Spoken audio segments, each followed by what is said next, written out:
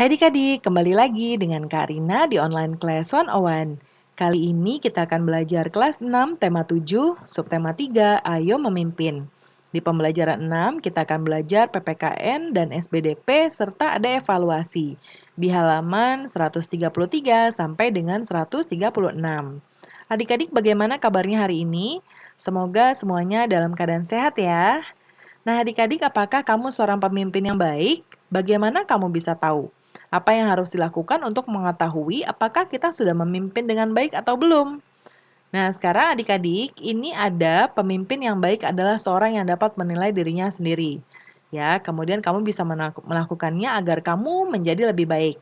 Setelah berpidato, kini saatnya menuliskan pengalamanmu berpidato. Nah, isi tulisannya harus ada isi pidato, reaksi pendengar waktu berpidato, sikap berpidato, dan rencana perbaikan. Nah, kita lihat sebelah kanan ya. Isi pidatonya adalah tentang kepemimpinan yang baik. Seorang pemimpin yang baik memiliki sikap disiplin, saling bekerja sama dan toleransi, bertanggung jawab, mudah berkomunikasi, bijaksana, dan konsisten. Reaksi pendengarnya adalah pendengar terlihat antusias mendengarkan pidato yang saya sampaikan. Waktu berpidato kurang lebih 10 menit. Ya, ini waktu berpidato. Kemudian sikap berpidato, saat berpidato harus sedapat mungkin dilihat oleh semua pendengar. Mengatur suara dengan jelas, tegas, dan nyaring dan disesuaikan dengan tempat pidatonya. Gerak tubuh seperti tangan, telapak tangan, jari, kepala, raut muka, dan lain-lain juga mendukung daya tarik dalam berpidato. Lalu rencana perbaikannya, jika akan berpidato lagi, saya akan berusaha mengumpulkan data yang dibutuhkan selengkap mungkin agar pidato yang saya sampaikan lebih menarik. Satu hal lagi yang ingin saya perbaiki adalah menghilangkan rasa grogi ya di depan orang banyak. Nah, yang berikutnya pada pembelajaran 4 kamu sudah membuat patung ya dari bahan lunak.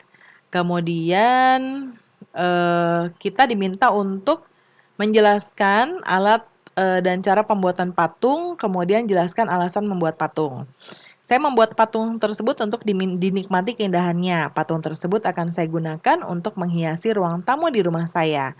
Selain itu, pembuatan patung berbahan kertas ini mudah dan murah. Ya, boleh berbahan kertas, atau sabun, atau tanah liat, dan lain-lain sesuaikan dengan patung yang adik-adik buat ya. Sekarang di bagian evaluasi nomor 1, perubahan apa yang terjadi pada masa pubertas. Nah, kita mulai dengan yang laki-laki, suara berubah membesar, tumbuh jakun, tumbuh janggut, kumis, dan jambang, tumbuh rambut halus di ketiak dan alat kelamin. Kemudian, kalau yang perempuan, suara jadi melengking, payudara membesar, pinggul juga membesar, lalu juga sama, adanya rambut halus di ketiak dan alat kelamin. Lalu nomor 2, bagaimana cara menjaga kesehatan reproduksi pada masa pubertas? Yang pertama, memakai handuk yang lembut, kering, bersih, dan tidak berbau atau lembab. Memakai celana dalam dengan bahan yang mudah menyerap keringat. Hindari bertukar pakaian dalam dan handuk dengan orang lain. Pakaian dalam diganti minimal 2 kali dalam sehari. Lalu bagi perempuan, sesudah buang air kecil, membersihkan alat kelamin dilakukan dari depan ke belakang supaya kuman yang di anus tidak masuk ke dalam organ reproduksi. Lalu bagi yang laki-laki, dianjurkan untuk dihitan atau disunat agar menurunkan resiko penularan penyakit menular seksual ya, serta menurunkan kanker penis dan kanker leher rahim pada istrinya kelak. Lalu yang ketiga, apa nilai yang terkandung dalam sila kelima Pancasila? Yang pertama, mengembangkan perbuatan luhur yang mencerminkan sikap dan suasana kekeluargaan dan gotong royong, mengembangkan sikap adil terhadap sesama, menjaga keseimbangan antara hak dan kewajiban, menghormati hak orang lain, memberikan pertolongan kepada orang lain agar dapat berdiri sendiri, suka bekerja keras, menghargai hasil karya orang lain, dan bermanfaat bagi kemajuan dan kesejahteraan bersama. Nomor 4, apa pendapatmu jika kita selalu memberikan bantuan kepada seseorang sepanjang hidupnya?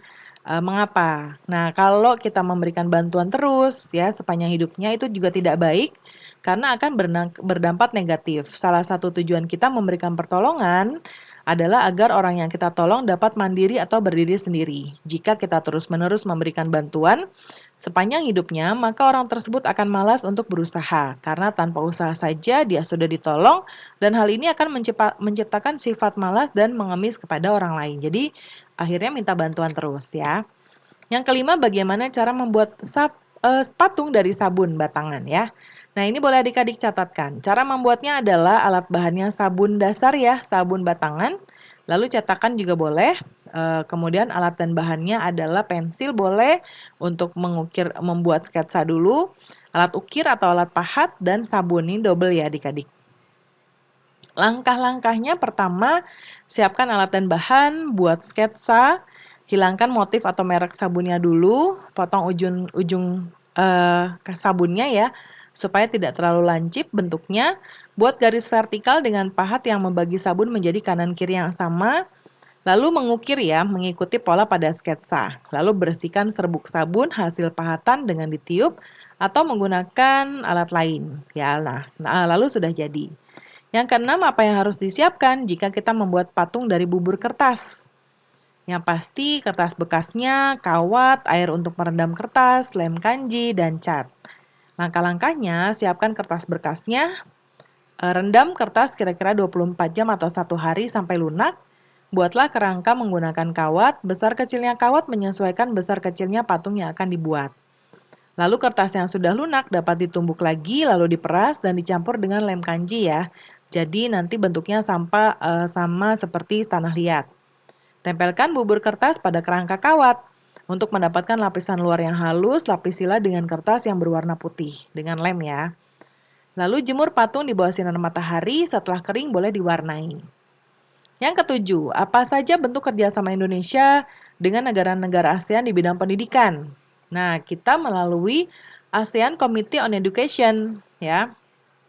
Nah, yaitu yang pertama, mendorong hubungan kerjasama di bidang pendidikan dan pelatihan di berbagai tingkat pendidikan.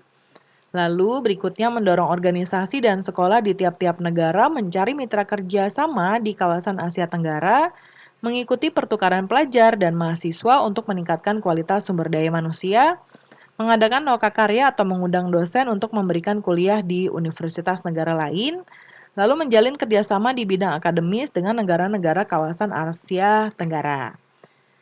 Nah, berikutnya di bagian ayo renungkan.